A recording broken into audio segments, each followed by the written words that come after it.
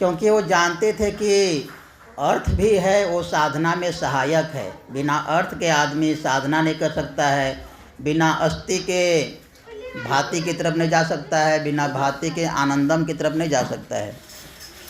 इसलिए बाबा को आर्थिक दर्शन देना पड़ा, और ये इसी दर्शन के कारण बाबा को इतना पीड़ा झेलना पड़ा। केवल बाबा आध्यात्मिक चर्चा करते, केवल धर्म की चर्चा करते तो बाबा को इतना पीड़ा, इतना जेल जाना नहीं पड़ता। और बाबा का जो दर्शन है, उस साम्यवाद में जो त्रुटियां हैं, पूंजीवाद में जो त्रुटियां हैं, वो सबको बताना था। और उस समय साम्यवाद पूरा अपने चरम पर था, तो उनको दबाव होना ही था बाबा पर। तो इसलिए उन पर दबाव पड़ा और नाना प्रकार से उनमें फर्जी केस वगैरह करके बाबा को इतना सारा परेशानी झेलना पड़ा। लेकिन बाबा जानते थे कि जब तक अभी तो पूंजीवाद का समय है, अर्थ युग का समय है। यदि अर्थ को ठीक नहीं किया जाएगा, इस सिस्टम को ठीक नहीं किया जाएगा, तो समाज आगे बढ़ ही नहीं सकता है। लोग साधना कर ही नहीं सकते हैं, लोग अभाव में भी साधना नहीं कर सकते हैं और प्रचुरता में भी साधना नहीं कर सकते हैं। अभाव में क्या होता है कि आदमी तो अपना जीवन का संघर्ष को इतना मुश्किल बना दिया जाता है, अपने जीने में ही आदमी इतना, जीने के लिए अपना आवश्यक सामग्री जुटाने में ही आदमी इतना, उसका दिमाग लगता है, इसका इतना परिश्रम लगता है कि आदमी साधना के लिए सोच ही नहीं पाता है। और पूंजीपति व्यवस्था में जिसके पास नौकरी है, जिसके पास जॉब है, उसको भी इतना 10 घंटा 12 घंटा काम कराता है, तो उसके लिए साधना का कोई टाइम ही नहीं उसके पास। घर में थका मंदा आता है, गुरु पूजा करके वो सो जाता है। तो इसलिए बाबा को एक जब आध्यात्मिक सोसाइटी बनाना था, बाबा को जब एक सभी लोग साधना करें, सभी लोग परमात्मा की तरफ आगे बढ़ें, सभी लोग परम पुरुष को अपना हृदय में बैठाएं, इस प्रकार का जब उन्होंने दर्शन दिया, तो सबको दर्शन देने से कोई काम नहीं चलता। बाबा को सब कुछ को, उनके सहायक चीज़ें बाबा को देना पड़ा। तो इसलिए प्राउड दर्शन जो बाबा ने दिया, वो गजब का दर्शन है और गजब का फिलोसफी है। और बाबा बोलते हैं ये प्राउड दर्शन केवल भौतिक दर्शन नहीं है। बाबा बोलते हैं इसमें 99% आध्यात्मिकता है। यह आध्यात्मिकता का ही एक भाग है प्राउड दर्शन। क्यों? क्योंकि आनंद सूत्रम में देखेंगे हम लोग, आनंद सूत्रम का जो 5 चैप्टर है, बाबा ने प्राउड दर्शन को भी उसमें लास्ट में रखा है, 5वां दर्शन में, 5th चैप्टर में। इसका मतलब आनंद मार्ग दर्शन के अंदर में ही प्राउड दर्शन है। यदि हम प्राउड दर्शन को निकाल देते हैं आनंद सूत्रम से, तो हमारा जो फिलोसफी है वो अधूरा रह जाती है, हाफ रह जाती है ना। तो इसलिए प्राउड दर्शन आने से ही हम लोगों का दर्शन पूर्ण दर्शन होता है। और जो अभी की समस्या है उससे बाबा इस प्राउड दर्शन में सोल्व करते हैं। अभी की जो व्यवस्था है, जो दर्शन हमारे पास है, जो आर्थिक दर्शन हमारे पास है, उसमें क्या क्या त्रुटियां हैं। इसमें इस सब्जेक्ट में लिखा गया है धन की गतिशीलता, अर्थ की गतिशीलता, इकोनॉमिक डायनामिक्स। डायनामिक्स के मतलब क्या होता है? गति। पैसा सबके पास जाना चाहिए, इस प्रकार की व्यवस्था होनी चाहिए। रुपया सबके, समाज में जितने भी लोग हैं, उस देश में, उस समाज में जितने भी लोग हैं, सबके पास पैसा जाना चाहिए, इस प्रकार की व्यवस्था होनी चाहिए। और यदि इस प्रकार की व्यवस्था नहीं होगा तो क्या होगा? जिसके पास पैसा नहीं जा रही है, वो लोग कुछ खरीद ही नहीं सकते हैं, वो लोग अपनी आवश्यकता की पूर्ति कर ही नहीं सकते हैं। तो इसलिए बाबा ने देखा कि साम्यवाद दर्शन क्या करता है? इक्वल डिस्ट्रीब्यूशन की बात करता है। समान वितरण कर दो सब में, चाहे डॉक्टर हो, चाहे इंजीनियर हो, चाहे कवि हो, चाहे लेबर हो, चाहे इंजीनियर हो, सब में समान वितरण कर दो। अब समान वितरण कर देने से क्या हो रहा है कि लोगों में कोई प्रेरणा नहीं मिल रही है काम करने का। क्यों काम करेगा? जब सबको बराबर ही मिलना है तो क्या काम करेगा वो लोग? इसलिए साम्यवादी कंट्री में उसमें देखा गया कि उन लोगों में कृषि में इतना घाटा लग रहा है, कृषि उपज इतनी कम हो रही है, और जितने भी साम्यवादी कंट्री है सबको बाहर से अनाज मंगाना पड़ रहा है। खेत में कोई काम करना ही नहीं चाह रहा है, उसका खेत भी नहीं है, ऊपर से उसको इंसेंटिव भी नहीं मिल रहा है। इसलिए सारे लोग क्या कर रहे हैं, कनाडा से, उधर जर्मनी से, उधर यूक्रेन वगैरह से गेहूं लोग मंगाते थे, चावल लोग मंगाते थे। कोई खेत में काम कर ही नहीं, उसको अपनत्व नहीं है, उसका खेत भी नहीं है, साथ में उसके इंसेंटिव भी नहीं मिल रहा है। तो इस प्रकार से उसमें दोष है, और साथ में उसमें भगवान की भक्ति के बारे में, भगवान के बारे में भी कोई चर्चा नहीं है उस दर्शन में, साम्यवाद मार्क्सवाद दर्शन में। तो इसलिए बाबा ने क्या कहा था कि ये जो दर्शन है ये समय से पहले इसकी मौत हो जाएगी। बाबा ने कहा था साम्यवाद दर्शन को समय से पहले ही इसका मौत हो जाएगी। क्यों? क्योंकि ये अप्राकृतिक है, ये मनुष्य के स्वभाव के विपरीत है ये दर्शन। तो जो समय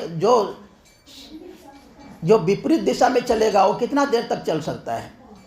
तो इसलिए क्या है कि वो सही में, और अभी जो हमको साम्यवाद का रूप दिखता है वो केवल प्रशासनिक रूप है, उसका आर्थिक रूप नहीं है। आर्थिक रूप तो वो लोग भी आजकल पूंजीवादी व्यवस्था को ही लेके चल रहे हैं, वो केवल प्रशासनिक रूप में चाइना वगैरह में वो साम्यवादी व्यवस्था है, बाकी उसका आर्थिक व्यवस्था नहीं है साम्यवाद का। है कि पूंजीवाद दर्शन जो है, पूंजीवाद दर्शन सबके लिए नहीं है। पूंजीवाद दर्शन सबका कल्याण नहीं कर सकता है, ये कुछ लोगों का ही कल्याण, कुछ लोगों का ही भला कर सकता है आज दर्शन। इस दर्शन में है ही ऐसी चीज कि सबका भला ये कर ही नहीं सकता है। यदि किया होता तो आज सब लोग खुशहाल होते, सबके पास परचेसिंग कैपेसिटी होता, सबके पास धन दौलत परिपूर्ण होता, सब लोग खुशी होते, सब लोग अच्छा से अपना जीवन यापन गुजारते। लेकिन अभी भी देखेंगे कि कितना सारा भुखमरी है, कितना सारा लोगों के पास गरीबी है, कितना बेरोजगारी है। तो ये जो दर्शन है ये शोषण पर आधारित है।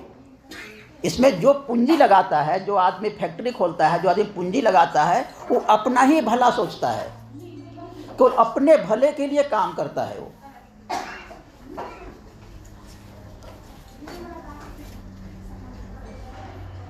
वो दूसरों के, अपने लेबर के बारे में, अपने कर्मचारी के बारे में, उसको केवल वो जीवन यापन के लिए ही वो सुविधा देता है कि वो जी सके और हमारा वो काम कर सके, इतना ही वो सोचता है, और बाकी वो ज़्यादा नहीं सोचता है। उसकी फिलोसफी है, उसका फिलोसफी का नाम है ट्रिकल डाउन।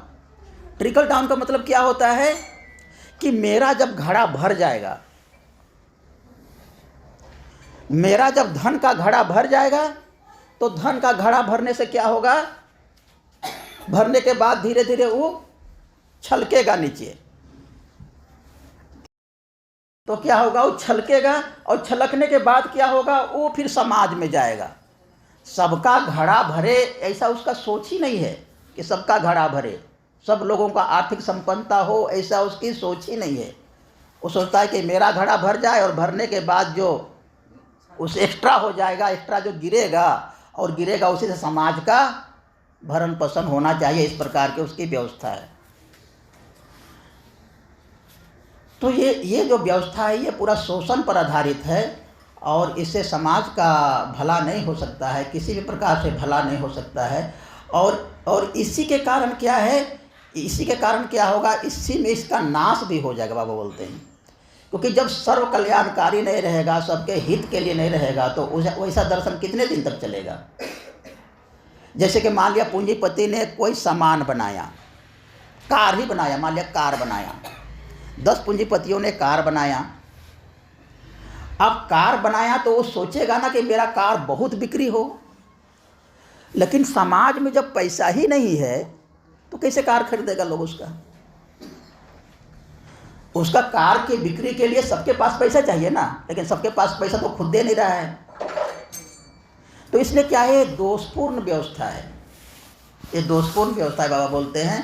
और इसलिए इस व्यवस्था को ज़्यादा दिन चलने वाला नहीं है। और ये बस व्यवस्था के बारे में बाबा बोलते हैं, ये पटाखे की तरह फट जाएगा। ये व्यवस्था क्या है, पटाखे की तरह एक दिन अपने ही अंतर्द्वंद से फट जाएगा ये व्यवस्था।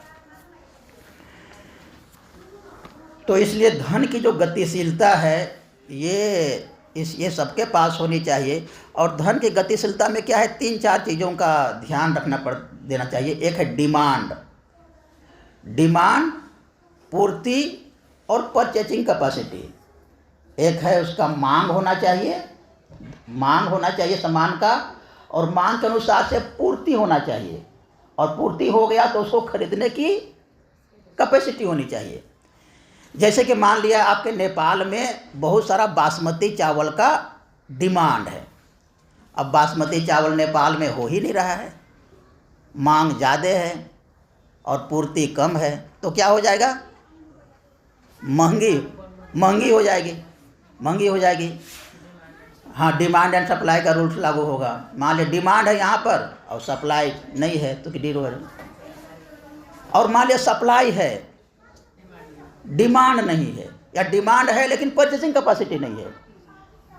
सामान उपलब्ध है मार्केट में लेकिन खरीदने के लिए पैसा नहीं है, तो कैसे होगा, वो भी काम नहीं चलेगा।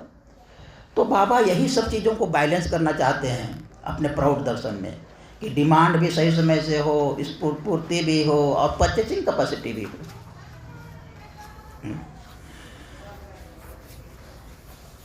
तो धन का जो इस प्रकार का अभी हम लोग देखते हैं ताम झाम, ये इतना पहले कभी भी नहीं था। पहले लोग गाय को संपत्ति मानते थे और गाय के माध्यम से ही लेन देन करते थे। किसी को कुछ खरीदना होता था तो बोले कि भाई मैं 2 गाय दे दिया, 2 गाय के बदले हमको इतना सामान दे दो। वाटर सिस्टम था, मतलब गाय एक समय में मुद्रा का रोल करता था। इसलिए अभी गाय का इतना वैल्यू है। गाय इकोनॉमी में जो वैदिक समय था, जो वेद का समय था, वैदिक समय, उस समय गाय का बहुत रोल था। गाय के बिना जीवन की आप कल्पना नहीं कर सकते थे, क्योंकि गाय ही मुद्रा थी उस समय। गाय मुद्रा थी और गाय से दूध मिल रहा है, बछड़े मिल रहा है, कृषि के लिए गोबर मिल रहा है, तो गाय उसमें बहुत महत्वपूर्ण थी। बाद में फिर और आया तो सोने का सिक्का बना, चांदी का सिक्का बना, और बाद में ये बैंक वाला सिस्टम तो था ही नहीं। बैंक वगैरह तो अभी आया जब अंग्रेज लोग भारत पर आए और इधर आए तो बैंकिंग सिस्टम शुरू हुआ। पहले लोग, बैंक कहाँ था पहले लोग तो अपना जो रुपया पैसा को सोना चांदी में कन्वर्ट करके अपने घर में रखते थे। बैंक था ही नहीं तो कहाँ रखेंगे अपना पैसा को। लोग रुपया पैसा को अपने रख करके अपने घर में ही गाड़ देते थे। और लोगों के पास इतना सोना चांदी था कि उसी के आधार पर लोग भारत को सोने की चिड़िया बोलते थे। भारत को सोने की चिड़िया कैसे बोलते थे कि हर एक घर में सोना चांदी भरा हुआ था, मंदिरों में सोना चांदी भरा हुआ था, मंदिर में मूर्ति, सोने की मूर्ति, चांदी की मूर्ति, है ना। तो इसीलिए उस समय सोना ही मुद्रा था। इस प्रकार का बैंक में रखने की प्रथा ही नहीं थी। तो अभी इतनी जटिल प्रथा हो गई है, इकोनॉमिक का, आर्थिक व्यवस्था इतनी जटिल हो गई है। और बाबा बोलते हैं कि इस जटिलता में क्या होती है, मान लिया हर एक चीज़ जब चलती है तो चलने के क्रम में क्या होती है, वो परमानेंट एक ही रफ्तार से नहीं चलती है। वो चलती है, फिर स्पीड से चलती है, फिर स्पीड थोड़ा ब्रेक होता है, गति स्पीड पॉज, इस प्रकार से चलती है। तो समाज भी इसी प्रकार से चलता है, आनंद मार्ग भी इसी प्रकार से चल रहा है। समाज किस प्रकार से चलता है कि समाज जब शुरुआत में था तो बहुत दिन तक समाज इसी प्रकार चलते रहा, एकदम जंगली लाइफ, एकदम पूरा आदिवासी जैसा लाइफ, एकदम जंगल जैसा, पशु पक्षी को मार के खाना, जानवरों को मार के खाना, शिकार करके खाना, इस प्रकार का बहुत दिन तक लाइफ चलते रहा। उसके बाद जब आग का आविष्कार किया मनुष्य ने, जब आग का आविष्कार किया तो उसमें एक गति आ गई, स्पीड आ गया समाज में, सोसाइटी में कि स्पीड आ गया आग का आविष्कार करने के बाद। और आग का आविष्कार करने के बाद और कालांतर में फिर चक्का का आविष्कार किया। चक्का का आविष्कार करने से समाज में और गति आ गया और स्पीड आ गया। मनुष्य जब खुद सामान ढोता था उसने अपना एनिमल्स को दे दिया, गधे को दे दिया, खच्चर को दे दिया, हाथी को दे दिया ढोने के लिए, और उसका दूरी भी कम हो गया, अपना आराम से गाड़ी में बैठ करके वो जाने लगा। और इतनी क्रांति हुई, समाज की बहुत बड़ी क्रांति हुई। तो इसी प्रकार कोई भी समाज जो बढ़ता है up and downs, speed and pause, इसी प्रकार से बढ़ता है। आनंद मार्ग को भी देखेंगे तो आनंद मार्ग भी इसी प्रकार से बढ़ रहा है, स्पीड एंड पॉज। कभी स्पीड होता है, कभी पॉज होता है, कभी स्पीड होता है, कभी पॉज होता है। लेकिन जिसमें प्राण शक्ति रहता है वो क्या होता है, जब डिप्रेशन होती है, जब पॉज होता है, उसमें से भी ऊपर उठ जाता है वो। तो आनंद मार्ग में बहुत अधिक प्राण शक्ति है। आनंद मार्ग के जो दर्शन में, आनंद मार्ग के जो साधना में बहुत अधिक प्राण शक्ति है। इसलिए इतना अधिक बाधा आने के बाद भी, इतना अधिक संघर्ष होने के बाद भी, इतना सारा दबाव होने के बाद भी आनंद मार्ग अपनी गति से चल रहा है, चल रहा है, चल रहा है, क्योंकि इसमें प्राण शक्ति काफ़ी है। लेकिन क्या है, यदि प्राण शक्ति नहीं रहेगा किसी में, प्राण शक्ति किसी में नहीं रहेगा, और क्या होगा कि पोज का समय आ जाएगा और दोबारा यदि उठ नहीं पाएगा तो वो मर जाएगा, ख़त्म हो जाएगा। उसी प्रकार से कैसे मर जाएगा, और उसमें एक नया चीज़ कोई इवोल्यूशन हो जाएगा। जैसे कि मान लिया जैन धर्म आया, तो जैन धर्म कैसे आया? उस समय वैदिक धर्म में बहुत अधिक धर्म के नाम पर हिंसा हो रहा था, बहुत अधिक हिंसा हो रही थी, बलि बहुत अधिक हो रही थी। गायों, अश्वमेघ यज्ञ का मतलब क्या होता है? घोड़ों की बलि। गोमेघ यज्ञ का मतलब क्या होता है? गायों की बलि, आदमियों की बलि, नर बलि, मतलब बहुत इस प्रकार की बलि होती थी। और उसी से परेशान होकर के क्या हुआ कि महावीर को अहिंसा का इतना कठोर नियम दे करके एक नया संस्था खड़ा करना पड़ा, है ना। बुद्ध को क्यों इस प्रकार का वेद को ही छोड़ना पड़ा? क्योंकि वेद का कर्मकांड से और उसकी जो कर्मकांड, उसके जो रिचुअल्स को लेकर के समाज इतना परेशान था कि समाज आगे बढ़ ही नहीं पा रहा था। समाज परेशान हो गया था। फालतू के धर्म के नाम पर झूठा आडंबर, है ना, और उसके नाम पर केवल परंपरा और मूर्ति और यज्ञ हवन कर्मकांड, और उससे धर्म आगे बढ़े नहीं पा रहा है। तो बुद्ध को बिल्कुल बोलना पड़ा कि वेद को मानो ही नहीं, और बुद्ध ने वेद को नहीं माना। इसीलिए बुद्ध के दर्शन को नास्तिक दर्शन कहा जाता है। उस समय के ब्राह्मण लोगों ने 3 नियम बनाया था। जो वेद को नहीं मानता है, जो ईश्वर को नहीं मानता है, और जो पुनर्जन्म को नहीं मानता है, वो नास्तिक दर्शन कहलाएगा। तो बुद्ध वेद को भी नहीं मानते हैं, ईश्वर के बारे में भी उन्होंने कोई क्लियर कट बात नहीं कही, जन्म मरण के बारे में भी उनके बारे नहीं, तो उनके दर्शन को नास्तिक दर्शन कहा गया। और महावीर के दर्शन में भी वो वेद को नहीं मानते हैं, है ना, और ईश्वर के बारे में भी जिन के जैसा कुछ बोलते हैं, तो उनके दर्शन के बारे को भी नास्तिक दर्शन कहा गया। तो इसलिए, लेकिन बाबा ने क्या किया? बाबा ने वेद के सब कुछ को नहीं माना। बाबा वेद के कर्मकांड पोर्शन को नहीं माने, क्योंकि कर्मकांड में क्या है, वही यज्ञ हवन कर्मकांड के बारे में है। लेकिन बाबा ने ज्ञानकांड को माना। वेद के जो ज्ञान है, उपनिषद है, जो ऋषियों की जो रिसर्च है, वो सब चीज़, वेद को, स्मृति को, उपनिषद को बाबा ने माना। तो बाबा वेद को भी माने। ईश्वर के बारे में बाबा ने इतना अच्छा व्याख्या दिया, ईश्वर को भी हम लोग मानते हैं, पुनर्जन्म को भी हम लोग मानते हैं। इसलिए सनातन धर्म में क्या हुआ कि हम लोग आस्तिक दर्शन में आए। बुद्ध के जैसा और महावीर के जैसा हम लोग नास्तिक दर्शन नहीं है, हम लोग आस्तिक दर्शन में आए।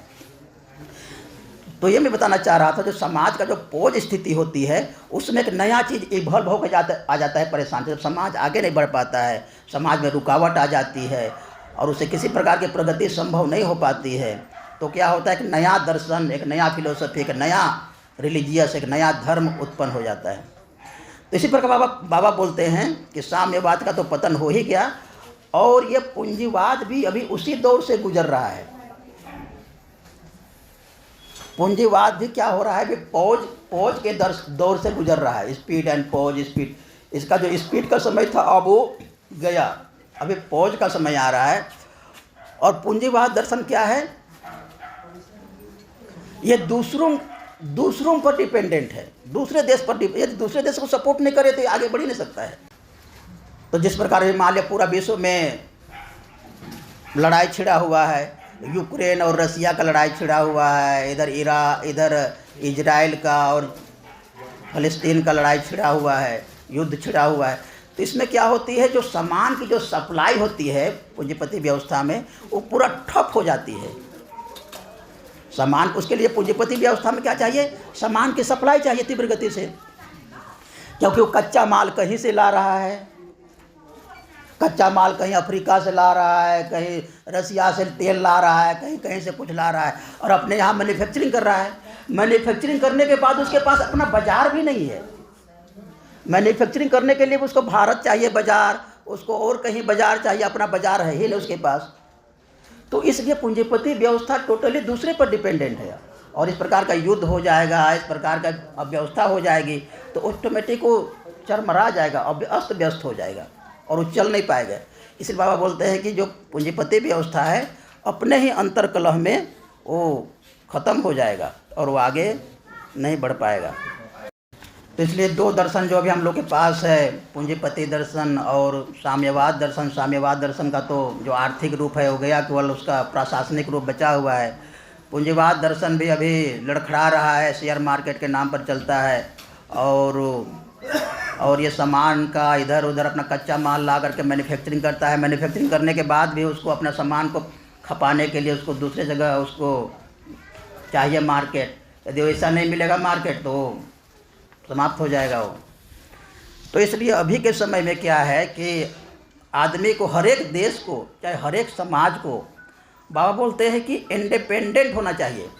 मैं नेपाल के बारे में सुन रहा था कि नेपाल जो पहले था पूरा आत्मनिर्भर था, है ना। जब से ये सरकार आई है, प्रजातंत्र सरकार, ये अपने कोई मैन्युफैक्चर कर ही नहीं रही है, पूरा चाइना पर डिपेंडेंट है, भारत पर डिपेंडेंट है। अगर भारत में कभी अकाल पड़ जाएगा और कभी युद्ध हो जाएगा, अगर भारत किसी कारण से अगर उसका अपना ही पूरा नहीं होगा और यहाँ पर भेजना बंद कर देगा तो क्या होगा? यहाँ और महंगाई बढ़ जाएगी। चाइना बंद कर देगा तो क्या होगा?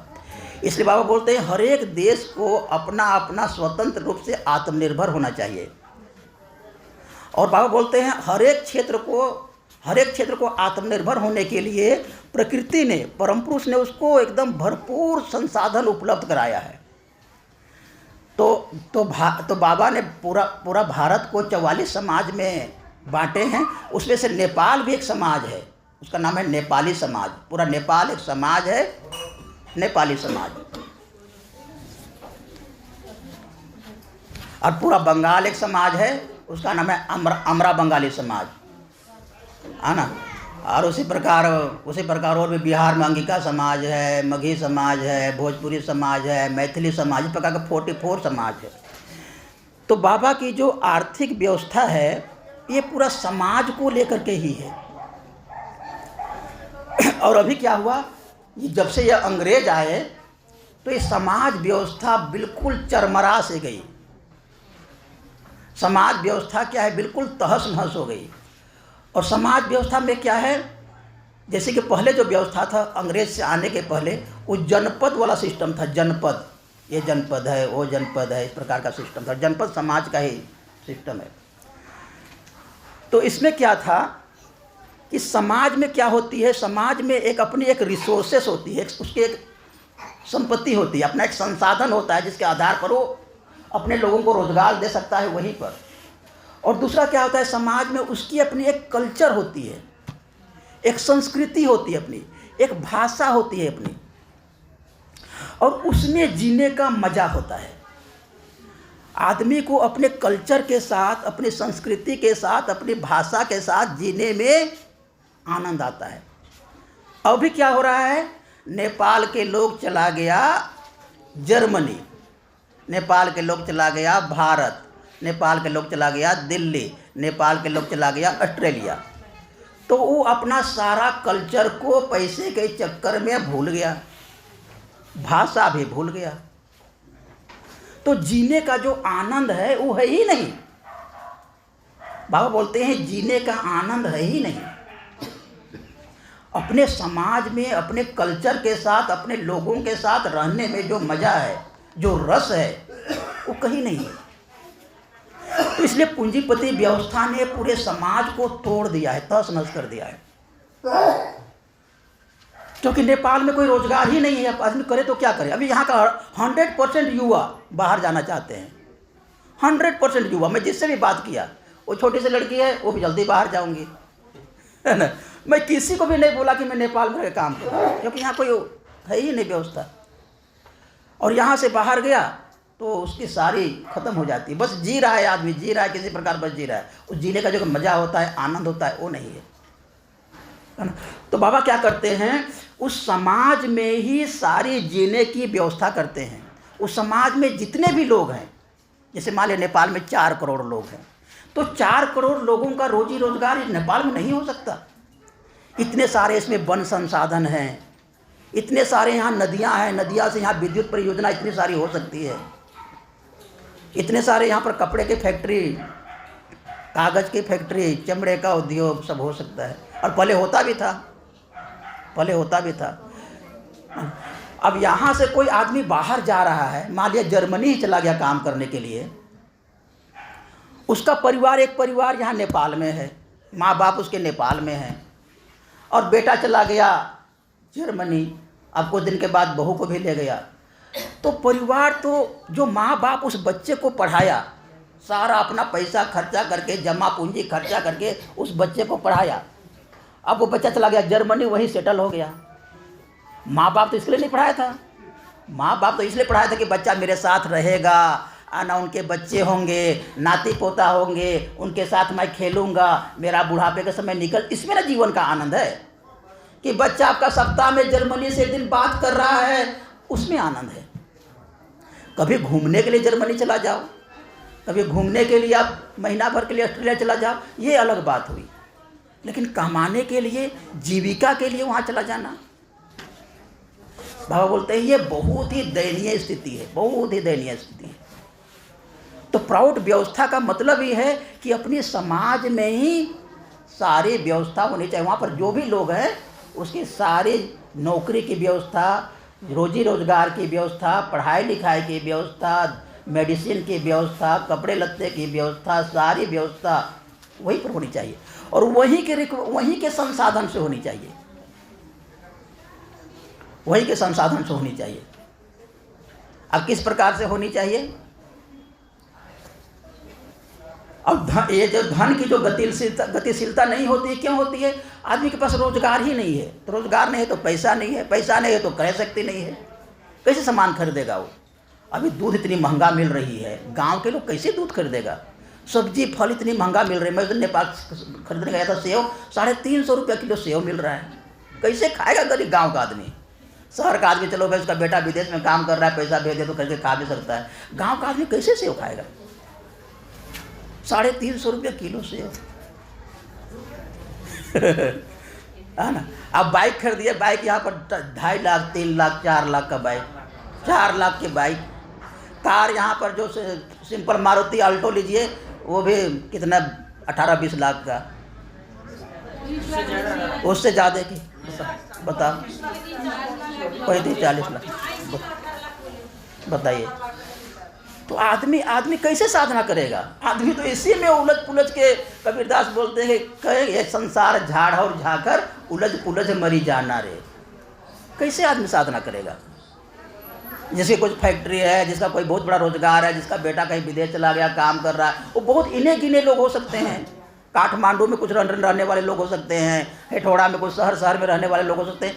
समाज तो सबके लिए होना चाहिए ना, व्यवस्था तो सबके लिए होना चाहिए। इसलिए बाबा को दर्द था इसका।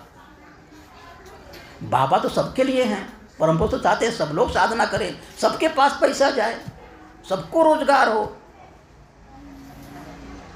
सब लोग बढ़िया से फल खा सके, सब लोग बढ़िया से दूध खा सके, सब लोग बढ़िया से सब्जी खा सके, सब लोग अपने बच्चे को बढ़िया स्कूल में पढ़ा सके। अभी अमीर लोगों के लिए अलग स्कूल, गरीब लोगों के लिए अलग स्कूल। अमीर लोग इतना ट्यूशन दे करके और बढ़िया प्राइवेट स्कूल में पढ़ा देते हैं। गरीब का बच्चा क्या करेगा? उसके पास टैलेंट है, उसके पास भी क्षमता है, लेकिन उसके पास संभावना नहीं है, अपॉर्चुनिटी नहीं दे रहे हैं हम। तो पर बाबा का जो दर्शन है, बाबा की जो फिलोसफी है, सबके लिए अपॉर्चुनिटी तो पहले मिले, पहले उसको संसाधन तो मिले, तो गरीब बच्चा भी करके दिखा देगा, है ना। तो इसलिए प्राउड की जो व्यवस्था है, इसके बिना आनंद मार्ग का ये पग है, पैर। आनंद बोलते हैं ना कि अर्थ के बिना साधना नहीं हो सकती।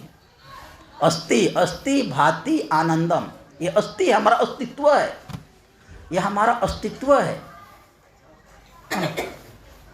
तो बाबा बोलते हैं किस प्रकार एक समाज में सबको रोजगार मिलेगा।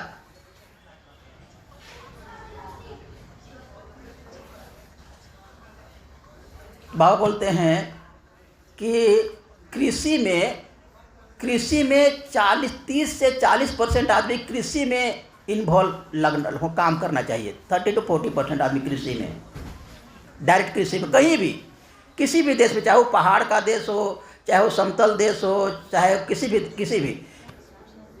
30 to 40%। अब कृषि के साथ पशुपालन भी साथ में जुड़ा हुआ है।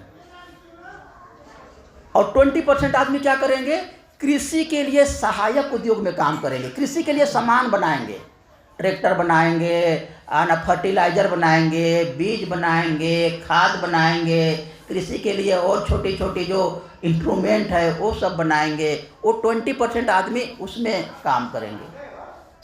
20% आदमी क्या करेंगे, अग्रो में काम करेंगे, कृषि उत्पादित उद्योग में काम करेंगे।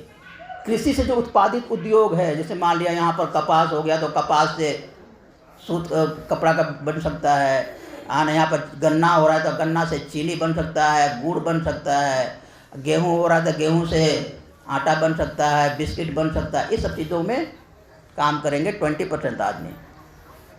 तो 80% आदमी हो गया। अब 10% क्या करेंगे, व्यवसाय में काम करेंगे, वाणिज्य एंड व्यवसाय में, किराना दुकान खोल लिया, कुछ और दुकान खोल लिया, मिठाई की दुकान खोल लिया, कुछ और दुकान खोल, इसमें वाणिज्य व्यवसाय में काम करेंगे, सामान को इधर उधर करने में। 10% आदमी क्या करेंगे, वाइट कलर जॉब करेंगे, टीचर्स रहेंगे, डॉक्टर रहेंगे, इंजीनियर रहेंगे, क्लर्क रहेंगे, इस प्रकार 10% आदमी रहेंगे। तो बाबा एक समाज में सब पर 100% जॉब की व्यवस्था करते हैं, मतलब सबको जो रोजगार होना चाहिए, है ना। और प्राउड की व्यवस्था में ये नहीं कि वो रोजगार के लिए, अभी देखेंगे अब बिहार वगैरह में जाएंगे, अब इतना लड़के लोग परेशान रहता है सरकारी जॉब के लिए, है ना। कभी रेलवे के लिए परेशान है, कभी बैंक के लिए परेशान है, सब परेशान है, किसी को जॉब मिल ही नहीं रहा है। तो इसलिए बाबा ने क्या है, कोऑपरेटिव की व्यवस्था दिया। और कोऑपरेटिव, कृषि भी कोऑपरेटिव के आधार पर होगा, अग्रो भी कोऑपरेटिव के आधार पर होगा, अग्रिको भी कोऑपरेटिव के आधार पर होगा, और सबको रोजगार मिलेगा। अब कितनी रोजगार की संभावनाएं हैं ये मैं बताता हूँ, कि इस प्रकार बाबा के व्यवस्था में कितने रोजगार की व्यवस्था है ये मैं बताता हूँ। 40% आदमी तो डायरेक्ट कृषि में लग गए हैं। अब 20% अग्रिको के लिए काम कर रहे हैं।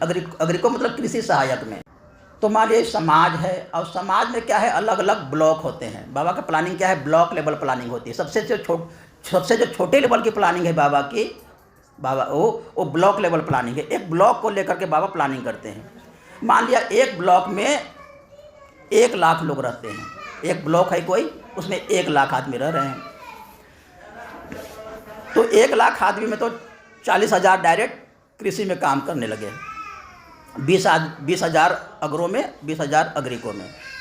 तो मान लिया हम 20,000 अग्रिको के लिए हम व्यवस्था करते हैं।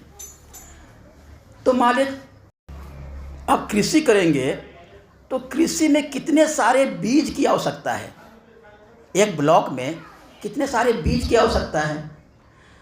तो बीज बनाने के लिए, अच्छा बीज बनाने के लिए कितने आदमी काम करेंगे, उसमें बहुत सारे लोग लग जाएंगे, बीज चाहिए। अब उसमें कितने सारे खाद ज़रूरत है।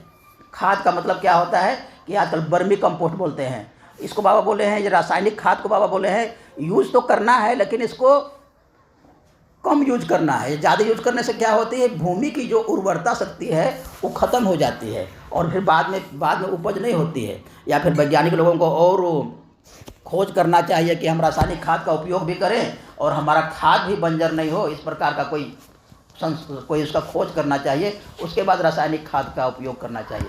और बाबा बोलते हैं गोबर का खाद वगैरह, मैन्यूर का, वर्मी कंपोस्ट है। वर्मी कंपोस्ट कैसे बनती है, वो बहुत इजीली है वर्मी कंपोस्ट बनाना। जैसे कि मान लिया आपके घर में गाय है, 2 गाय है, और घर के कूड़ा कचरा सब्जी का कटा हुआ घर में जो बच जाता है, भात वगैरह बच जाती है, वो सब कुछ है। तो उसको क्या करना है, 2 गड्ढा रखना है, 2 गड्ढा खोदना है। अब एक गड्ढे में क्या करना है, गोबर डालते जाइए। आपका घर का जितने भी खरपतवार है, कोई प्लास्टिक वगैरह को छोड़ करके सब उसमें डालते जाइए। गड्ढा जो आपका भर गया तो उसको, उस गड्ढे को ऊपर से मिट्टी से ढक देना है, और उसमें कुछ केंचुआ छोड़ देना है, 1 केजी केंचुआ छोड़ देना है। केंचुआ, बर्मी, हाँ। वो केंचुआ क्या करेगा, एक महीना में उस पूरा गोबर को खा करके उलट करके पुलट करके उसको मस्त खाद बना देगा। तब तक क्या करना है, तब तक आपके पास दूसरा गड्ढा रेडी रहेगा, तब तक उसमें डालेंगे, उस खाली वाला गड्ढे में अपना गोबर वगैरह डालना है, वो डालना है, अपना जो भी मैन्योर बचता है उसमें डालना है, जो कचरा उचरा। फिर क्या करना है, जब खाद तैयार हो गया इसको निकाल दीजिए और फिर उसको रेडी तैयार हो गया। हाँ हाँ, केचुआ तो उसमें है, उसे केचुआ से निकाल के इस पे डाल दीजिए। केचुआ तो 1 किलो डालेंगे ना मल्टीप्लाई हो जाएगा। और ये वर्मी कंपोस्ट से बढ़िया खाद कुछ भी नहीं है, ये वर्मी कंपोस्ट से बढ़िया खाद कुछ भी नहीं है। इसी को भी लोग 40 रुपया 50 रुपया मार्केट में बेचते, केजी बेचते हैं लोग। तो मान लिया पूरे हम इस नेपाल के लिए, पूरा एक ब्लॉक के लिए हम वर्मी कंपोस्ट बनाएंगे तो कितने आदमी की आवश्यकता है, उतने आदमी बीज में बनाने में लग गए, उतने आदमी खाद बनाने में लग गए। और मान लिया उसको हम रासायनिक छिड़काव के लिए बनाते हैं, तो रासायनिक छिड़काव किस प्रकार बनाते हैं, अभी लोग रासायनिक छिड़काव करते हैं। तो बाबा बोलते हैं कि किरोसिन का तेल से, गौमूत्र से, आना नीम के पत्ते से, नीम का जो पत्ता होती है आना, और आपका जो चिरैता का जो पत्ता होता है, और गौमूत्र वगैरह को मिला करके उसको बढ़िया से आप पेस्टिसाइड बना सकते हैं।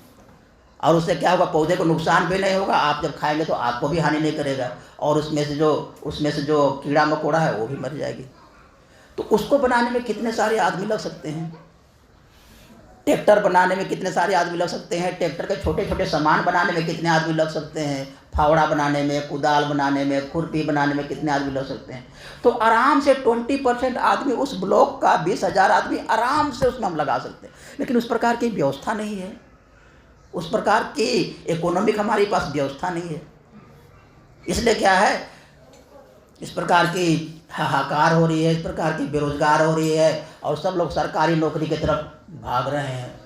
और इससे क्या होगा कि सब लोग अपने समाज में ही जब रहेंगे तो समाज की जो भाषा है, उस समाज की जो नेपाली भाषा है यहाँ की, और उसकी जो मिठास, इस नेपाली भाषा के साथ जो एक कल्चर है, संस्कृति है, लोकगीत है, फोक सॉन्ग्स है, यहाँ के जो फोक गाने हैं, उसकी जो एक मिठास, उसका साथ जो एक नृत्य, उसके साथ जो एक कल्चर, उसके साथ जो एक साहित्य, ये सब डेवलप करेगी। और उसमें एक आनंद है। बाबा इसको रिबिल्ड करना चाहते हैं, ये चीज़ें बिल्कुल ख़त्म हो गई और इसको बाबा रिबिल्ड करना चाहते हैं। नेपाली समाज का, पहाड़ी समाज का, हिमाचली समाज का, डोंगरी समाज का, कच्छी समाज का, गुर्जर समाज का, हर एक समाज को बाबा रिबिल्ड करना चाहते हैं। तो इसलिए बाबा बोलते हैं कि अभी देखिए, हम लोग कोरोना के समय देखे थे कि लोग कितने सारे लोग बाहर काम करते हैं। जब गाड़ी उड़ी सब बंद हो गया कोरोना के समय में, तो कितने उनको घर आने के लिए कितनी दिक्कत हो रही। लोग पैदल सब कहाँ से आना, 100 किलोमीटर 200 किलोमीटर लोग पैदल आ रहे हैं। कितनी मतलब कि बुरी स्थिति है, कितनी बुरी परिस्थिति है। इसलिए रोजगार के लिए बाहर जाना बहुत बड़ी, और ये पूंजीपति व्यवस्था ने किया है। पूंजीपति व्यवस्था ने क्या किया है, बड़े बड़े शहरों का निर्माण किया है। दिल्ली है, काठमांडू है ना, और उधर मुंबई है, उधर कलकत्ता है, और सारे कच्चा माल को ला करके यहीं पर मैन्युफैक्चर हम करेंगे। और सारे लेबर को जो खेती काम वहाँ पर गोपालन का काम कर रहे थे, पशुपालन का काम कर रहे थे, सबको उठा करके शहर में डंप कर दिया। सारे जो लेबर हैं, सारे गांव में जो खेती करने वाले, पशुपालन करने वाले, सबको ला करके शहर में डंप कर दिया। अब वो लोग क्या कर रहे हैं, पूंजीपति लोगों का वो खाना कोई ढो रहा है जोमेटो में, और कोई उसका सामान को डिलीवरी बॉय बन गया है ना। दिन भर बेचारा बैग चलाता है, उसको 15-16 हज़ार मिलता है, और बेचारा अकेले कहीं पर छोटा सा घर में रहता है। उसकी पत्नी कहीं पर वो बिहार में है, कहीं पर वो रहती है, उससे फ़ोन थोड़ा सा बात करता है, माँ बाप से बात। अरे क्या आनंद है जीवन का उसमें। यहाँ का रहने का अलग खर्चा, वहाँ का रहने का अलग खर्चा, यहाँ का अलग टेंशन, वहाँ का अलग टेंशन। 2 जगह इस्टेब्लिशमेंट है, एक इस्टेब्लिशमेंट दिल्ली में है, एक इस्टेब्लिशमेंट आपका बिहार में है। तो कितनी लोगों को मतलब कि फालतू का समस्या, बिना कारण के समस्या, और ये सारे पूंजीपति व्यवस्था का दोष है। पूंजीपति व्यवस्था ने इस प्रकार से किया है। तो इसलिए बाबा इस व्यवस्था को बिल्कुल ये मनुष्य के अनुकूल बाबा नहीं समझते हैं, मनुष्य के स्वभाव के विपरीत में है, मनुष्य की जो संस्कृति है उसके विपरीत में है, मनुष्य कल्चर के विपरीत में है, और इससे आदमी को जी तो रहा है। बाबा कथा बोलते हैं। हाँ, बाबा जी तो जी, ये बाबा कथा है, बाबा का बताया हुआ है, बाबा का बताया हुआ है ना। तो आदमी जी तो रहा है लेकिन उसमें रस नहीं है ना। बाबा व्यवहार की बात करते हैं, कैसे हमारा जीवन समृद्ध होगा, कैसे हमारा अस्थि पोषण सही होगा, इसके लिए बाबा बात करते हैं। और यदि इसको हम लोग नहीं जानेंगे तो कौन जानेगा। यदि बाबा के शिष्य हम लोग, भले तो अपने को जानना है कि प्राउड क्या है, प्राउड की व्यवस्था क्या है, प्राउड की एग्रीकल्चर पॉलिसी क्या है, प्राउड की कृषि पॉलिसी क्या है, प्राउड की एजुकेशन पॉलिसी क्या है। इस प्रकार एक पॉलिसी को जानना पड़ेगा। प्राउड की इंडस्ट्रियल पॉलिसी क्या है ना। इस एक पॉलिसी को जानेंगे, उसमें मास्टरी करेंगे तब ना मज़ा भी आएगा, दूसरों को बता भी सकते हैं। अगर हम मास्टरी नहीं करेंगे तो कौन करेगा। प्राउड के पॉलिसी पर अगर हम मास्टरी नहीं करेंगे तो कौन करेगा। और नेपाली समाज के बारे में नेपाल को चिंतन करना पड़ेगा। ये अन्य कि वहाँ पर आके बिहार के लोग और आकर के वहाँ गुजरात के लोग और राजस्थान के लोग आकर के काम करेंगे। नेपाल के बारे में, नेपाल के लोगों को, नेपाली समाज जो कल्चर का जो ख़त्म हो रहा है, नेपाली कल्चर जो बर्बाद हो रही है, नेपाल में जो अपसंस्कृति आ रही है। उस दिन मैंने कार से सुमो से जा रहा था तो एक गाना हमको बहुत अच्छा लगा, तो मैंने गाना को रिकॉर्डिंग कर लिया। अब उस गाना को रिकॉर्डिंग करके मैंने यूट्यूब में डाल दिया। तो एक मार्गी दादा ने बोले, अरे दादाजी उस गाने को आपने अपलोड कर दिया, गाना का मीनिंग बहुत ख़राब है। तो हमको क्या मालूम है ना, तो हमको क्या मालूम, हमको उसका बहुत अच्छा लगा सुनने में, अब हमको मीनिंग तो पता नहीं, तो मैंने फिर उसको डिलीट किया। पता नहीं क्या था वो। तो इस प्रकार से क्या है तो इस प्रकार का क्या है, इतना बढ़िया फोक सॉन्ग्स है हमारे पास, इतना बढ़िया जो हमारे नेपाल के, इस प्रकार नेपाल के संस्कृति को बारे में बताने का, नेपाल की जो प्राकृतिक सुंदरता को बारे में बताने के लिए इतने सारे गाना है, नेपाल के रीति रिवाज के बारे में बताने के लिए इतने सारे गाने हैं, और वहीं पर फिर अब संस्कृति भी घुस जा रही है ना। तो इसलिए इसको हम ही लोगों को सोचना पड़ेगा। और ये कोई नेपाल में नहीं घुस रही है, अभी आप जाएंगे भोजपुरी समाज में, वहाँ पर इतनी गंदी गाने, इतने गंदी मतलब कि, और अच्छी गाने भी हैं, और वहाँ पर इतने मतलब कि अब सुन करके वहाँ पर एक खेसारी लाल वगैरह है, खेसारी लाल यादव, वो लोग इतना गंदा गाना गाता है। वो मनोज तिवारी भी सांसद बना हुआ है, उसका गाना सुनिएगा ना, इतना गंदा गाना है, सांसद है। तो इसलिए क्या है, यदि हम संस्कृति के बारे में नहीं सोचेंगे, हम कल्चर के बारे में नहीं सोचेंगे, और हमारा संस्कृति को कहाँ लोग पतन कर रहा है, कहाँ लोग खराब कर रहा है, हमारा युवा पीढ़ी कहाँ बर्बाद हो रहा है, उसका सोचने का तरीका कहाँ डिग्रेड हो रहा है, उस प्रकार के चीज़ों को यदि हम नहीं सोचेंगे, अपने समाज के लोग यदि नहीं सोचेंगे तो कौन सोचेगा। तो इसलिए नेपाली समाज को भी आगे बढ़ना चाहिए, और नेपाल समाज को भी वहाँ के जो समाज सेक्रेटरी हैं, अपने जो हमारे PSS के जो समाज सेक्रेटरी हैं, उन लोगों से कोऑर्डिनेट करना चाहिए, उनके साथ मीटिंग वगैरह में बैठना चाहिए, और यहाँ का किस प्रकार से प्लान प्रोग्राम, नेपाल के बारे में क्या चीज़ें हैं, कैसे हम लोग आगे बढ़ सकते हैं, इसके बारे में चिंतन करना चाहिए। तो इस प्रकार से प्राउड की बातें हैं। और बाबा क्या बोलते हैं फिर, कि कभी क्या होता है कि साइंस आ गया, टेक्नोलॉजी आ गया, या कोई बढ़िया फर्टिलाइज़र आ गया, तो क्या होता है, बहुत सारा उत्पादन हो जाता है। कभी हम लोग देखते हैं कि मान ली खूब इतना सारा टमाटर हो गया, बाज़ार में टमाटर आ गया। अब टमाटर का कोई मार्केट में मूल्य ही नहीं मिल रहा है, और किसान क्या कर रहा है, उसको ऐसे ही रास्ते में उसको ढाल करके आ जा रहा है, कोई पैसा ही नहीं मिल रहा है। तो बाबा इसके लिए उपाय क्या बताते हैं, कि मान लिया तुमको उस विशेष समय के लिए मूल्य नहीं आ रहा है, तो उसको संरक्षित करने की व्यवस्था होनी चाहिए। टमाटर का सॉस इतना महंगा बिकता है, कभी भी इसको सालों भर हम लोग खा सकते हैं। तो वहीं पर टमाटर सॉस बनने की फैक्ट्री होनी चाहिए, जहाँ पर टमाटर का उत्पादन हो रहा है। वहीं पर टमाटर को रखने का 2 महीना 3 महीने 4 महीने रखने की व्यवस्था। आजकल तो टमाटर ऐसा होती है ना, कुछ 15 दिन तो ऐसे ख़राब नहीं होता है। हाँ, कोल्ड स्टोर होना चाहिए, और भी उस प्रकार के बहुत प्रकार से उपयोग करने के बारे में उसको सोचना चाहिए। इस प्रकार से बाबा बोलते हैं, उसको अलग अलग प्रकार से उसको प्रिजर्व करके, भंडारण करके उसको उपयोग कर सकते हैं। बहुत जगह दूध का उत्पादन नहीं होता है और डेनमार्क वगैरह में इतना दूध का उत्पादन होता है कि वहाँ बाबा लिखते हैं इस पुस्तक में कि कभी कभी इतना दूध का उत्पादन हो जाता है और दूध के रेट को मेंटेन करने के लिए गाय को मारना पड़ता है। ऐसा बाबा यहाँ लिखा हुआ है ना, कि इतना अधिक दूध हो जाता है वहाँ पर, अब उसको मेंटेन करना है रेट को, इसलिए गाय को ही मार दिया जाता है। तो इसलिए इस प्रकार की व्यवस्था नहीं होगा। मान लिया जहाँ पर दूध नहीं है और वहाँ पर उसको भेज सकते हैं, अगर मान लिया आयात निर्यात शुल्क नहीं रहेगा और उसको मान उपयोगी चीज़ों के लिए, जो खाद्य उपयोगी चीज़ें हैं, ज़रूरत की चीज़ें हैं, वो सबको आयात निर्यात शुल्क नहीं होना चाहिए, और उसको इस प्रकार से बाबा बोलते हैं। तो इसलिए बाबा का इसमें मूल रूप से यही कहना है कि जो पैसे की जो मूवमेंट है, पैसे की जो गति है, वो सबके पास पैसा जाना चाहिए, वो कहीं पर जा कर के रुक नहीं जाना चाहिए, या फिर केवल ऊपर ऊपर ही नहीं जाना चाहिए। अभी क्या है, अभी भारत में भी चाहे कहीं पर भी देखते हैं कि पैसा केवल बिल्कुल पूंजीपतियों लोगों के पास और कुछ लोगों के पास ही जा कर के सिमट जा रहा है, और वही लोगों को लाभ, वही लोगों को मुनाफा। यहाँ तक कि कोरोना काल में भी उन लोगों को मुनाफा हुआ था, और जो गरीब लोग हैं उन लोगों के पास पैसा जा ही नहीं रहा है, वो लोग गरीब से गरीब होते जा रहे हैं।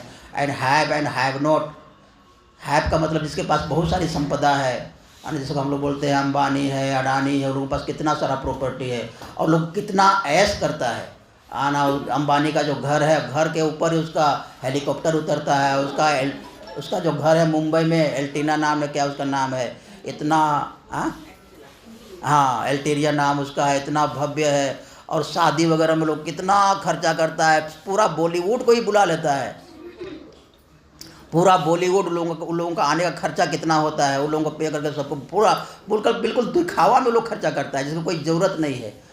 और उसी के यहाँ जो काम करते हैं, उसी के यहाँ जो रिलायंस के स्टोर वगैरह में जो काम करते हैं, उसको कितना पैसा देता है लोग। रिलायंस बड़े बड़े इंजीनियरों को देते हैं, जो बड़े बड़े इंजीनियर हैं उन लोगों को तो देता है, सीईओ वगैरह का, जो टॉप लेवल के लोगों को इंजीनियर लोग। लेकिन जो उनके यहाँ जो लो लेवल के जो कर्मचारी हैं, जो उनके रिलायंस के जो दुकान में काम करता है, उनके 10,000 12,000 ही देते हैं, और उससे उनका क्या होता है।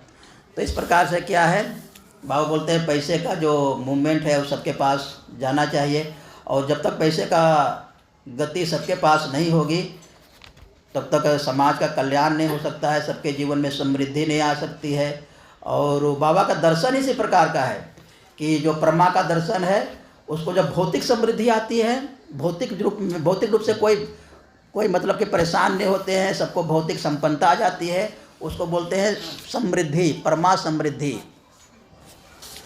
जो भौतिक रूप से संपन्न हो जाते हैं उसको बोलते हैं परमा समृद्धि, मतलब सबको कोई दिक्कत नहीं है, खाने पीने की, रहने की, पढ़ाई की, एजुकेशन की, मेडिकल की कोई दिक्कत नहीं है, उसको बोलते हैं परमा समृद्धि। और उसी प्रकार सबका मन भी उन्नत हो गया। मन उन्नत कैसे हो गया कि मन में किसी प्रकार की संकीर्णता नहीं है, मन में किसी जाति का संकीर्णता नहीं है, मन में किसी प्रकार का मजहब का संकीर्णता नहीं है, मन में किसी प्रकार का अंधविश्वास नहीं है, मन में बिल्कुल एकदम विवेकपूर्ण तरीके से आप सोच रहे हैं। मन हमेशा आपका स्वार्थ में लगा हुआ नहीं है, मन हमेशा दूसरों को कल्याण के बारे में सोचता है, मन हमेशा दूसरों को भला के बारे में सोचता है, मन हमेशा दूसरों को उपकार के बारे में सोचता है। तो इसको हम बोलते हैं परमा रिद्धि बोलते हैं, मतलब मन आपका संपन्न हो गया, मन आपका हमेशा अच्छा हो गया। मैं एक न्यूज़ पढ़ रहा था कल ही, कंस्ट्रक्शन कंपनी है उसका, तो कंस्ट्रक्शन कंपनी में बहुत सारे लेबर हैं, तो उसने क्या सोचा कि मैं मेरे लेबर लोगों को, अब लेबर तो लेबर ही होते हैं, वो लोग ईंटा जोड़ रहा है, कोई सीमेंट ढो रहा है, कोई कुछ काम कर रहा है, कोई गड्ढा खोद रहा है, कुछ कर रहा है, तो उसी से उसको पैसा भी मिल रहा है, उसी से धनी भी बन रहा है, क्योंकि पैसा उसको मिल रहा है। तो क्या सोचा कि मेरे जितने भी लेबर हैं, एक दिन मैं इनको फ्लाइट का सैर कराऊंगा। देखिए उसको खुशी है ना। मैं क्योंकि जब वो पहली बार फ्लाइट का सफ़र किया था तो वो बहुत गरीब था और उसको बहुत मज़ा आया था, तो वो भी सोचा कि मेरे जितने भी काम करने वाले लोग हैं, सबसे लोअर कैटेगरी के काम करने वाले लोग, उनको मैं फ़्लाइट का सफ़र कराऊंगा। और उसने पूरा फ्लाइट एक दिन बुक किया और अपने सारे जो लेबर हैं, लो क्लास के लेबर हैं, सबको वो फ्लाइट में ले गया। वो कहाँ से ले गया? मदुरई से चेन्नई ले गया, ये हकीकत घटना बता रहा हूँ। और उसमें उसको इतना मज़ा आता है, इतना इसको आनंद आता है तो आनंद और सुख क्या होता है, दूसरों को खुशी देने में भी आती है। सुख हमेशा अपने ही बटोरने से और अपने ही हम धनी होते जाएं, दूसरों का शोषण करके भी, दूसरों को कष्ट करके भी, दूसरों को मिलावट का सामान बेच करके अपने ही हमारा सामान बढ़ते जाए, बैंक बैलेंस वैसे बढ़ते जाए, ये तो बहुत छोटे कैटेगरी के सुख है। लेकिन दूसरों के मुख में हंसी देख करके खुशी, दूसरों के प्रॉब्लम्स को सोल्व करके खुशी, है ना, ये हमारा मानसिक रिद्धि है, ये हमारा परमा रिद्धि है, और यही प्राउड है। यही प्राउड है। प्राउड में क्या करते हैं, प्राउड की सारी व्यवस्था क्या है, नो प्रॉफिट नो लॉस पर है। तो कैसे, उन लोगों की समस्या को समाधान करने में उसको आनंद है, लोगों का प्रॉब्लम्स को सोल्व करके आनंद। जैसे कि मान लिया आपके पास सब कुछ है, घर में सब कुछ है, सब एकदम बढ़िया है, एसी रूम है, आना बढ़िया घर भी है, कार भी है, सब कुछ है, लेकिन आदमी क्यों जाता है सुख खोजने के लिए, पहाड़ पर चढ़ता है, ट्रैकिंग करता है, ना, पहाड़ पर जाता है, बर्फ में जाता है, इतना कर। तो खुशी केवल संसाधनों को जुटाने से नहीं है, कुछ चैलेंज लेने से, कुछ एडवेंचरस काम करने से, लोगों का प्रॉब्लम को सॉल्व करने से, उसमें इससे ज़्यादा खुशी है। और प्राउड ये सब खुशी को प्रोमोट करना चाहता है। और पूंजीवाद क्या चाहता है, अपना ही इकट्ठा हो, अपना ही इकट्ठा हो, अपना ही इकट्ठा हो, दूसरों को शोषण करके, दूसरों को परेशानी में डाल करके, दूसरों का भाग को खा करके अपना बढ़ना चाहिए। ये प्राउड फिलोसफी है, नहीं, ये पूंजीवाद फिलोसफी है। प्राउड फिलोसफी क्या है, दूसरों का प्रॉब्लम को सोल्व करके, दूसरों को समस्या को सोल्व करके, दूसरों का मुख में होंठ में हंसी देख करके खुशी होने का चीज़ है ना। तो इसलिए क्या है, प्राउड दर्शन आज की डिमांड है, क्योंकि आज प्राउड को लेकर के आज नहीं चलेगा तो बाबा बोलते हैं मनुष्य का कभी भी कल्याण नहीं हो सकता है, मनुष्य का कभी भी भला नहीं हो सकता है ना। इसलिए प्राउड की तरफ आदमी को आगे बढ़ना ही पड़ेगा, और प्राउड आएगा तभी सबके पास समृद्धि आएगी, सबके पास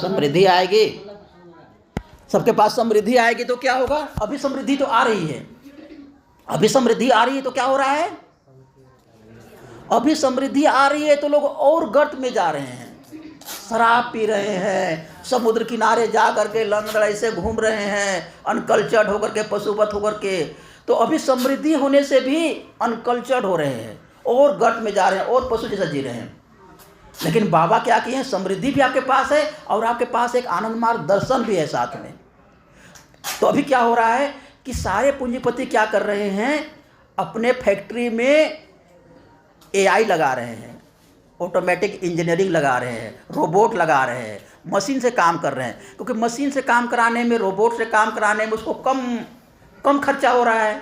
अब आदमी है तो आदमी 8 घंटा काम करेगा, उसके बाद उसको छुट्टी चाहिए, वो बीमार पड़ जाएगा, उसको फिर ओवर टाइम दो, तो ये करो तो वो करो, मशीन लगा दो। जितने भी बड़े बड़े कार्ड हैं, फोर्ड कार्ड वगैरह, बड़े बड़े कार्ड वगैरह, वो सब लोग ऑटोमेटिक तैयार होती है, रोबोट से बनती है, तो उसमें ज़्यादा पैसा, तो उससे क्या होती है, और वो आदमी को निकालते जा रहा है, आदमी की ज़रूरत नहीं उसके पास, बैंक निकाल रहा है आदमी। अभी हमारे एक मार्गी हैं जयपुर में, उनका नाम है वीरेंद्र नाम है, वो हीरो मोटर्स में काम करता था। अब हीरो मोटर्स में क्या किया उसने, 1000 आदमी को एक साथ निकाल दिया, एक साथ 1000 आदमी को बिना नोट एकदम सब सिंपल नोटिस दिया और निकाल दिया। अब आदमी कहाँ जाएगा, क्या करेगा, तो क्या कुछ मशीन लगाता है, लोग ऑटो मशीन लगाता है, AI लगाता है, आदमी तो आदमी का उसको कीमत ही नहीं है आदमी के जीवन का।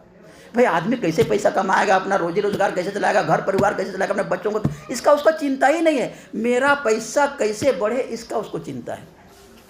लेकिन बाबा क्या बोलते हैं, हम मशीन लगाएंगे और लोगों का काम का घंटा को कम कर देंगे, और काम का घंटा कम कर देंगे तो आदमी उस पर सेमिनार अटेंड करेगा। अभी आप लोग यहाँ पर सेमिनार अटेंड कर रहे हैं और सोचेंगे भाई हमको वहाँ पर मंडे को, वहाँ पर संडे को ही अब ड्यूटी करना है, आना काम करना है, ये करना है।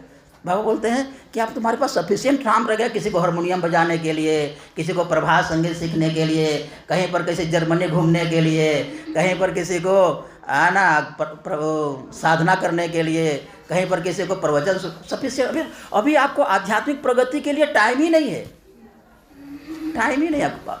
तो बाबा इतना इस प्रकार से बैलेंस है कि आप मॉडर्न टेक्नोलॉजी को यूज भी करेंगे और साथ में मनुष्य को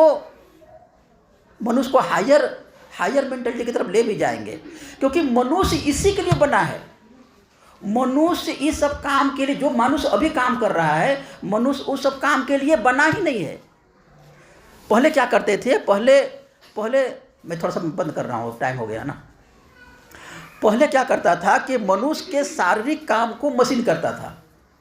जिन कामों को मनुष्य करता था उस कामों को मशीन को दे दिया।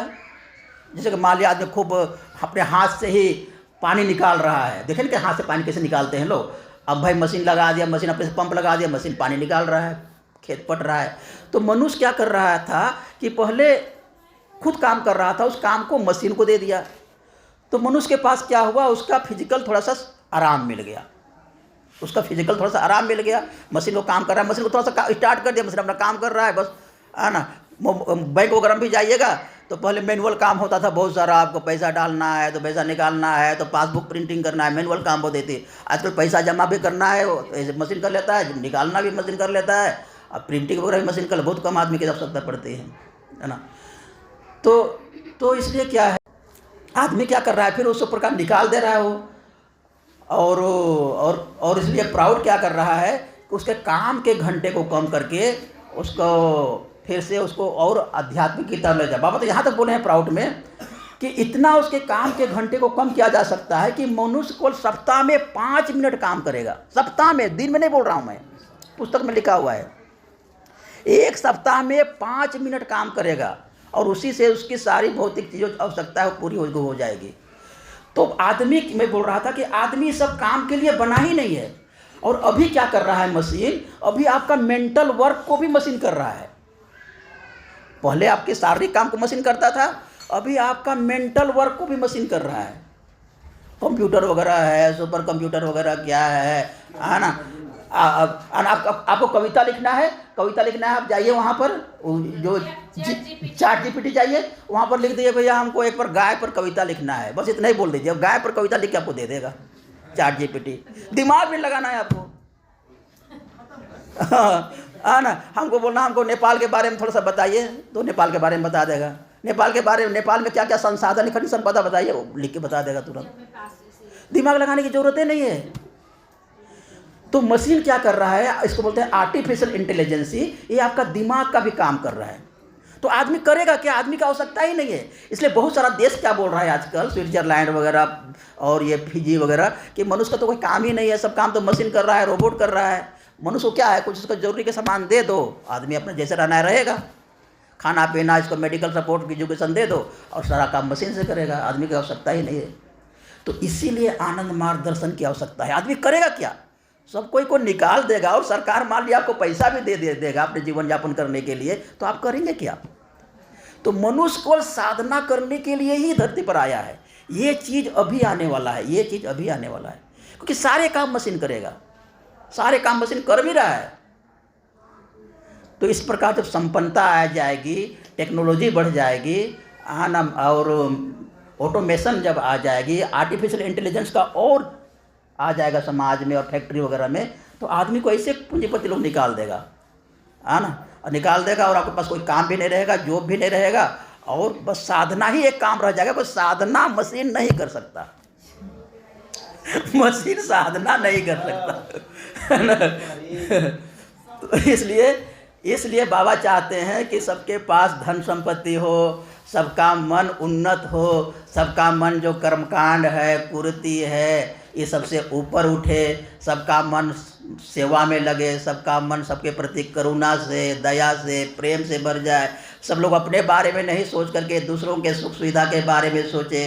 मन का विस्तार होगा, और जब मन का विस्तार होगा तो आदमी सोचेगा परमात्मा, अरे परमात्मा सब जगह है ना। परमात्मा, आनंद मार्ग की दर्शन इतनी अच्छी है कि परमात्मा सब जगह है। अब सब जगह है, हम लोग सोच ही नहीं पाते हैं परमात्मा सब जगह है, कि कैसे सब जगह है। वाकई में परमात्मा सब जगह है। ये जो शून्य दिख रहा है ना, ये शून्य दिख रहा है, यही तो परमात्मा है, यही सब कुछ है। ये जो गैप दिख रहा है, ये आकाश जो दिख रहा है, यही परमात्मा है। और इसी में हम लोग डूबे हुए हैं, और इसी से सब कुछ बन रहा है। इसी से आकाश बन रहा है, इसी से वायु बन रहा है, इसी से सूरज बन रहा है, इसी से पृथ्वी बन रहा है, इसी आकाश से बन रहा है। क्योंकि ये आकाश क्या है, डायरेक्ट परमात्मा के माइंड से परमात्मा के माइंड के बाद डायरेक्ट आकाश बना है। परमात्मा के माइंड के बाद क्या बना? आकाश बना। और ये आकाश सब जगह है, हम आकाश में घिरे हुए हैं। लेकिन हमारा मन इतना क्रूड है, इतना क्रूड है कि इस आकाश में हमारा मन टिकता ही नहीं है। हमको चाहिए टिकाने के लिए ये, हमको टिकाइए मन को दिमाग में टिकाने के लिए ये, हमको दिमाग में टिकाने के लिए किचन में क्या बन रहा है वो। हमारा मन वो भौतिक चीज़ों में ही टिकता है, इस सूक्ष्म चीज़ों में टिकता ही नहीं है। लेकिन हमारा मन वाकई में हम ब्रह्म में डूबे हुए हैं। ये आकाश ही ब्रह्म है। मान लिया हम आकाश से हम बाहर ऊपर नहीं सोच पा रहे हैं, तो हम मंत्र चैतन्य के में थोड़ा सा और बताएंगे इसको डिटेल। तो हम आकाश में ही डूबे हुए हैं और ये आकाश ही ब्रह्म है। आकाश बिल्कुल ब्रह्म हमारा यहाँ से एकदम सटा हुआ है। सबसे नज़दीक कोई है तो ब्रह्म है, सबसे कोई नज़दीक सत्ता कोई है तो ब्रह्म। तो इससे आप बातें कीजिए, इससे आप प्यार कीजिए, इसके साथ आप संबंध बढ़ाइए।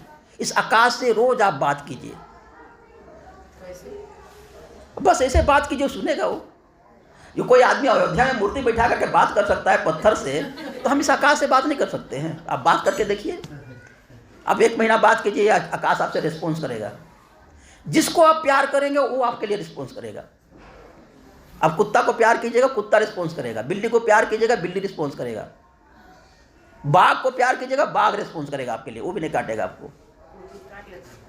अब रोज प्यार कीजिए उसको, रोज प्यार का मतलब उसको खिलाइए, रोज खिलाइए, पिलाइए, नहलाइए, उसको प्यार कीजिए, उसको साथ बैठिए, नहीं काटेगा वो। कितना लोग हम यूट्यूब में देखते हैं बाघ के साथ दोस्ती किया है, बाघ उसके साथ आगे गले मिलता है, नहीं काटता है। तो जिसके साथ आप प्यार करेंगे, जिसके साथ संबंध बढ़ाएंगे, जिसके साथ आप आत्मीयता बढ़ाएंगे, उसके साथ आपका दोस्ती होगी। जैसे आकाश के साथ दोस्ती कीजिए, आप रोज बातें कीजिए, आप अपना मन की बातें कीजिए। आप क्या बात करेंगे आप मन की बातें कीजिए, बहुत कुछ है। है ना? तो इसलिए मैं बोल रहा हूँ कि परमात्मा सब जगह है। तो कैसे है? हमको सोचना है कि ये आकाश ही ब्रह्म है, आकाश। और ये आकाश वाकई में इतना विशाल है और इसमें इतना शक्तिशाली है ये आकाश कि इतने सारे पृथ्वी, चांद, मंगल, सूरज, ग्रह, नक्षत्र, गैलेक्सी, सबको ये आकाश अपने आप में ढोया हुआ है। इतना शक्तिशाली, इतने पावरफुल है। और इसी आकाश में सब विलीन हो जाता है, उसी आकाश से उत्पन्न हो जाता है। अब इस आकाश से और सूक्ष्म है शब्द, इस आकाश से भी सूक्ष्म है शब्द। मैं मंत्र चैतन्य वाला सब्जेक्ट में बताऊंगा कि किस प्रकार से शब्द उससे और सूक्ष्म है और किस प्रकार से मंत्र उसमें और लिंक करता है हम लोग। तो ये हम लोग प्राउड का चैप्टर थोड़ा थोड़ा मैंने इसको आध्यात्मिक करने का प्रयास किया। आप लोग बोरिंग हो रहे थे इसलिए। तो हाँ, तो कल हम लोग कीर्तन भी करेंगे 3 घंटे का। कल 6 से 9 कीर्तन कर लेंगे।